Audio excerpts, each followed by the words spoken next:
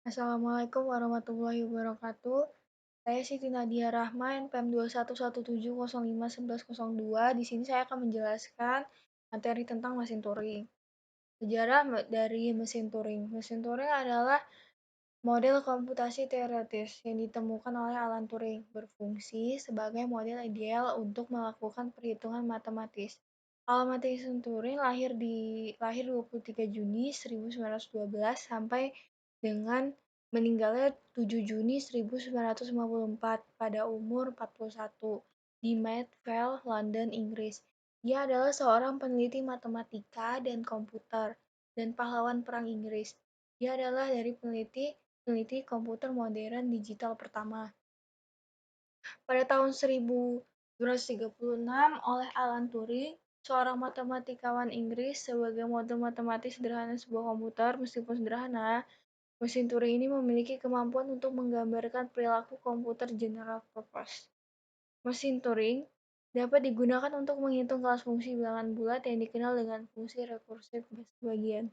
Sama seperti FDA,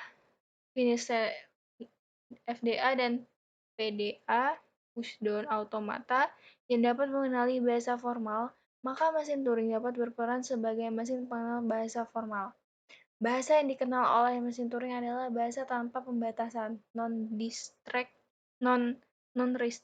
language, yang disebut himpunan terenumerasi rekursif.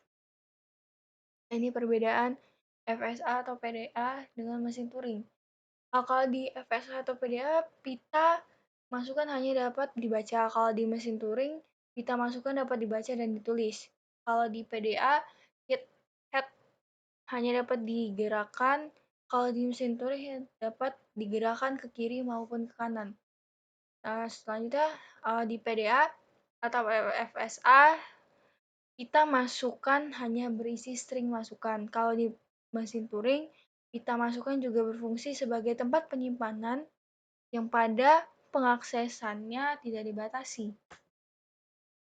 Selanjutnya, perilaku mesin Turing tergantung pada simbol masukan yang berada pada posisi head baca atau tulis dan status dari finite control. Dalam setiap pergerakan, mesin Turing dapat melakukan salah satu dari aksi berikut.